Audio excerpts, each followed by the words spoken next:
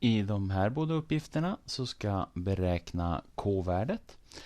Om jag har den första funktionen här, f av x är lika med kx plus 3. Och så vet jag att funktionsvärdet när x är lika med 4 är 5. Så det jag gör då är att jag ersätter f av x med en 5. Och så sen ersätter jag x med en 4. Så då får jag k multiplicerat med 4 plus 3. Jag tar och subtraherar med 3 på båda sidor, så får jag 2 är lika med, och så sen har jag k multiplicerat med 4. Det är detsamma som 4k. Dividera med 4 så får jag 0,5 är lika med k. Så i A-uppgiften så är k-värdet 0,5. I B-uppgiften då har jag funktionen g av x och jag vet att värdet g av x är 8 när x är lika med minus 2.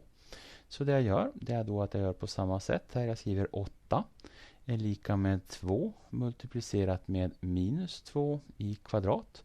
Minus 3 multiplicerat med minus 2 adderat med k.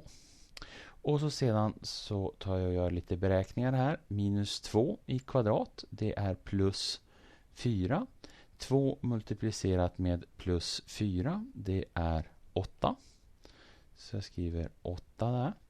Sedan har jag minus 3 multiplicerat med minus 2.